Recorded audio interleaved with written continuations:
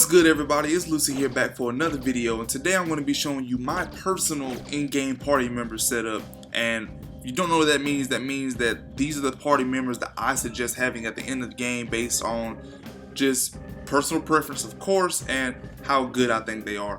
Now, the ones at the bottom aren't technically my party member setup, but I'm going to go into actually showing you the ones that I like. Now, the first person that I would recommend having, of course, is Ruiji. The reason I like having Ruiji is, one, he has the highest HP among all the party members, so he can basically be seen as kind of like a tank. He also has the best physical abilities out of everybody, melee damage and his physical abilities, and he has he has God's hand and he has charge.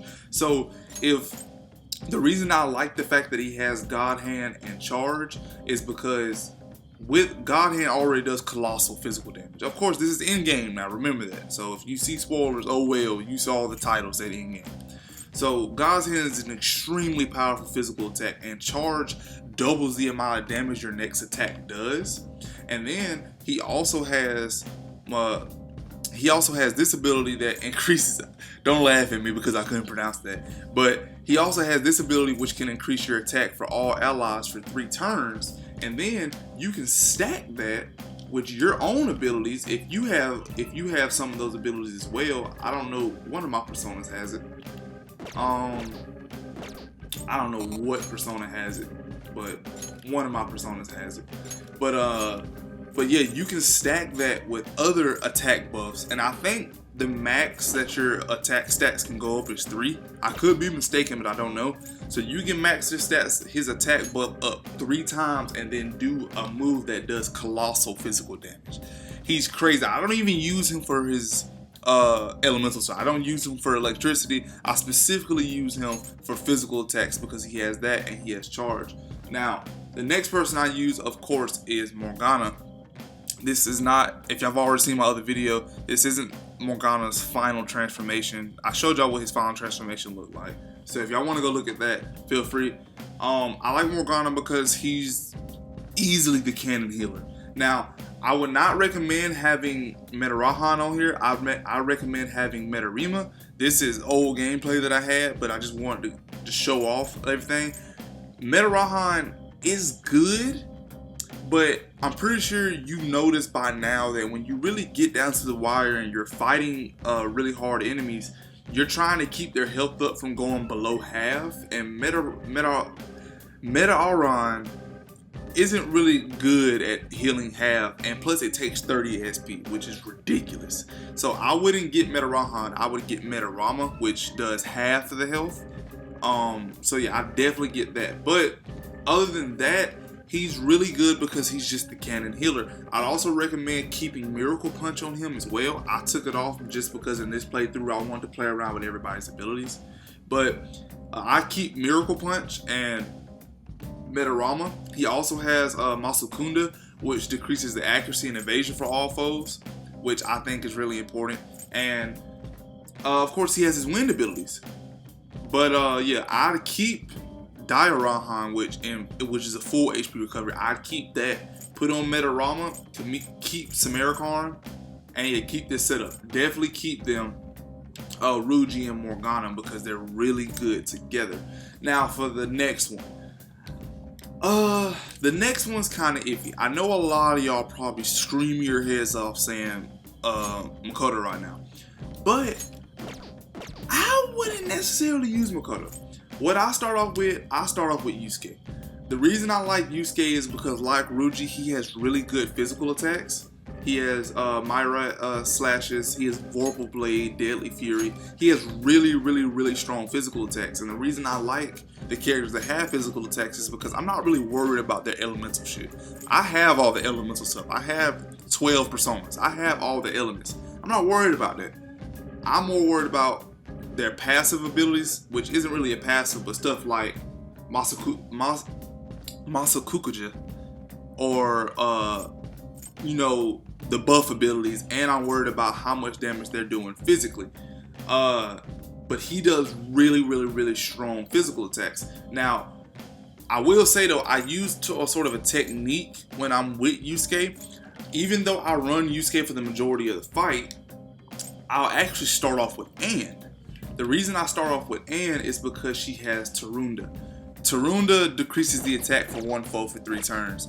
I really like that ability because it's just self-explanatory. When I start boss fights, I like to debuff them in all 3 categories as soon as I can. So I debuff them in attack, defense, and decrease their accuracy. So you start off with Anne, and then if you have a Fumi, which is the Shogi player's ability, you can transfer her and get Yusuke back out. Yusuke has really strong abilities physically, which is why I like to keep him around. Now the reason I put Morgana over Makoto is because Morgana is just a better all-around healer.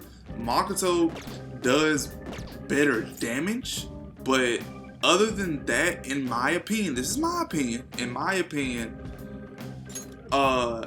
nuclear damage is not really that beneficial in this game.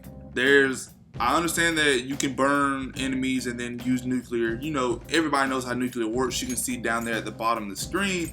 But when it comes to bosses and stuff, you can't really hit. I don't even know if you can. Correct me if I'm wrong, but I don't know if you can inflict bosses with elemental damage. Therefore, nuclear damage is almost ineffective. Energy Shower is a very interesting and needed ability, but if you can get the protagonist with Energy Shower, you really don't need her. So other than having Energy Shower, she has Mara Kukuja, which is a really good ability because it increases defense for all your allies for 3 turns. But the only time I would ever use this is if the boss is like charging up or something, or if I know something like that is about to happen, or I just use an item because I have a lot of items that could do that as well, so I stock up on them. So she's not really useful to me. She might be useful to some of y'all, but she's not useful to me.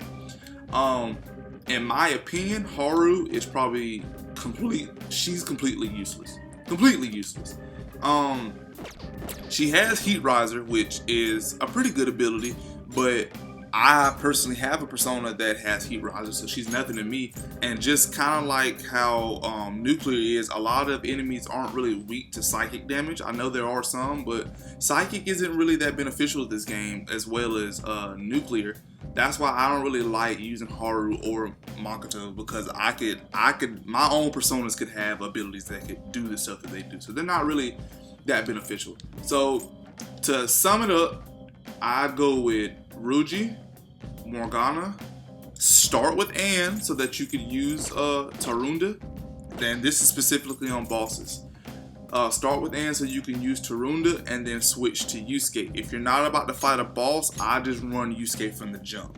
Futaba is passive, everybody knows that. So yeah, again, Ruiji, Morgana, Yusuke. If you're going to a boss, run Anne first, use Tarunda, switch out, get Yusuke. Now, if you personally have a persona that has Tarunda, by all means, don't even worry about Anne and just get Yusuke. But the tactic that I have, that I've always come up with when playing these games, is you want to debuff them as quick as possible. So if each one of your characters can do one of the debuffs, then you can do all 3 debuffs in one turn and one round. So that's why I recommend doing that. But let me know what you guys think. Let me know your possible party combinations, or if you think my party combination is trash, let me know. I love to hear why it is exactly y'all feel that way. If you found this video helpful or enjoyed it, make sure you leave me a like. I really appreciate it. If you're new here, hit that subscribe button, and make sure you stay tuned in for the rest of the week to get more videos. Public service announcement. I am going to be covering Tekken 7. I'm actually really into fighters. I understand a lot of y'all might not be into fighters, but bear with me. I really think y'all like this game. I don't necessarily know if I'm going to be doing a walkthrough of the story mode, because I've heard really raving things about the story mode. I really want to bring that to y'all, but if y'all not interested in it, I don't know, I might not do it. I'll probably do like a video or 2 just to see how interested you guys are in it, but if not, I'll stop doing the walkthroughs. But if anybody's interested in it, I'm going to be doing combo tutorials and how to get good with certain characters and how to do this, how to do that. Basically how I cover Persona, but I'm just going to be covering Tekken 7 like that. Again, I get this a fighting game, but at the end of the day, I'm into all these games and I like them, I enjoy them. So I just want y'all to be able to enjoy stuff with me. Everything I do is for y'all, but at the same time, I want to have fun with my stuff too. and I don't want to spend $60 on a game that I just don't want to play. So y'all understand. Y'all understand. But yeah, just bear with me with that. Give it a try. Coming later this week. I'm still gonna be putting out a few Persona videos while I can. I still got a handful of Persona videos stocked up. But yeah, that's enough of me ranting. That's a wrap for the video, and see y'all later this week. Peace.